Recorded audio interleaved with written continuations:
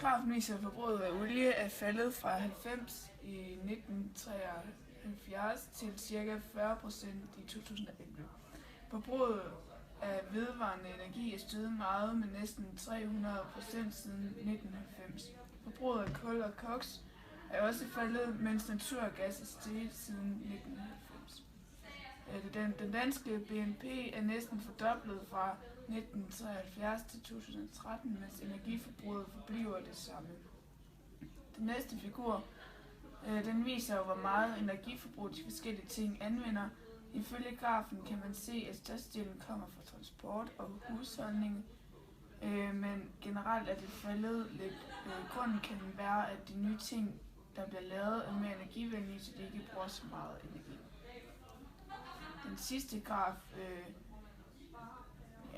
og grunden til, at den produktionserhvervede CO2-udledning kan være faldet, er fordi vi producerer i udlandet, f.eks. i Kina, og derved bliver vores transport højere, fordi vi skal transportere det ind i landet, og dermed falder